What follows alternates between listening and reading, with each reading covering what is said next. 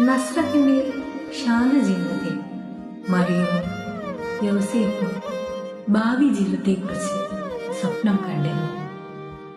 ലളിതമായ ആ ജീവിതത്തിലേക്ക് അവർ തയ്യാറെടുത്തുകൊണ്ടിരിക്കുമ്പോൾ ദൈവം അവരുടെ വഴിയിൽ മറ്റൊരത്ഭുതം നെയ്തുകൊണ്ടിരിക്കുകയായിരുന്നു.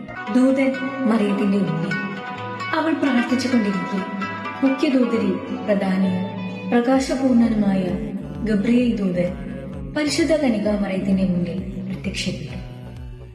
ഭയപ്പെടേണ്ട എന്ന സ്വർഗീയ ശബ്ദം ദൈവത്തിന്റെ ദൂത് അവളുടെ കാതുകളിൽ പതിഞ്ഞു.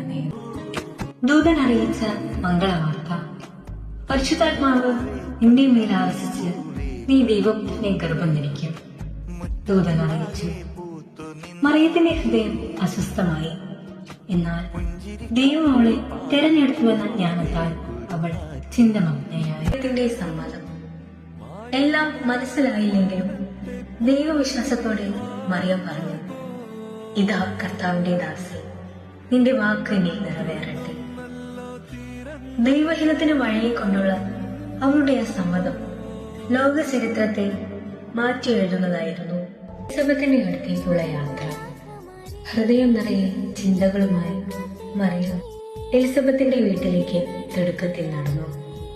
അവളെ കണ്ട മാത്രയിൽ എലിസബത്തിന്റെ ഹൃദയം ആനന്ദത്താൽ നിറഞ്ഞു. എലിസബത്തിന്റെ അനുഗ്രഹവാക്കുകൾ: നീ സ്ത്രീകളിൽ അനുഗ്രഹീതയാണ്, നിന്റെ ഉദരഫലവും അനുഗ്രഹീതം എന്ന് എലിസബത്ത് മറിയത്തെ അഭിവാദനം ചെയ്തു. ആ വാക്കുകൾ മറിയത്തിന്റെ മനസ്സിൽ ഒരു വലിയ ഉറപ്പ് നൽകി. സർവശക്തനായ ദൈവം അവളോടൊപ്പമുണ്ട്. മറിയത്തിന്റെ സ്തോത്രഗീതം.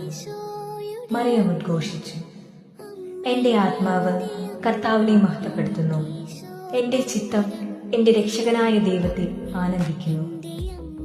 അവളുടെ വാക്കുകൾ ആ ഭവനത്തിന് വലിയ കൃപ കൈവരാൻ കാരണം. യോസേഫിന്റെ ആശയക്കുഴപ്പം. മറിയം ഗർഭിണിയാണെന്നറിഞ്ഞപ്പോൾ യോസേഫിന്റെ മനസ്സ് വലിയ അസ്വസ്ഥതയിലായി. പക്ഷെ അവളെ മാനിച്ചുകൊണ്ട് രഹസ്യമായി മറിയത്തെ ഉപേക്ഷിക്കാൻ അദ്ദേഹം തീരുമാനിച്ചു. പിന്നോട് സംസാരിക്കുന്നു. സ്വപ്നത്തിൽ ദൂതൻ പ്രത്യക്ഷപ്പെട്ടു പറഞ്ഞു: ദാവീദിന്റെ പുത്രനായ ജോസഫ്, മറിയത്തെ ഭാര്യയായി സ്വീകരിക്കാൻ ശങ്കിക്കേണ്ട. അവൾ ഗർഭം ധരിച്ചിരിക്കുന്നത് പരിശുദ്ധാത്മാവിൽ നിന്നാണ്. അങ്ങനെ അവന്റെ ഹൃദയഭാരം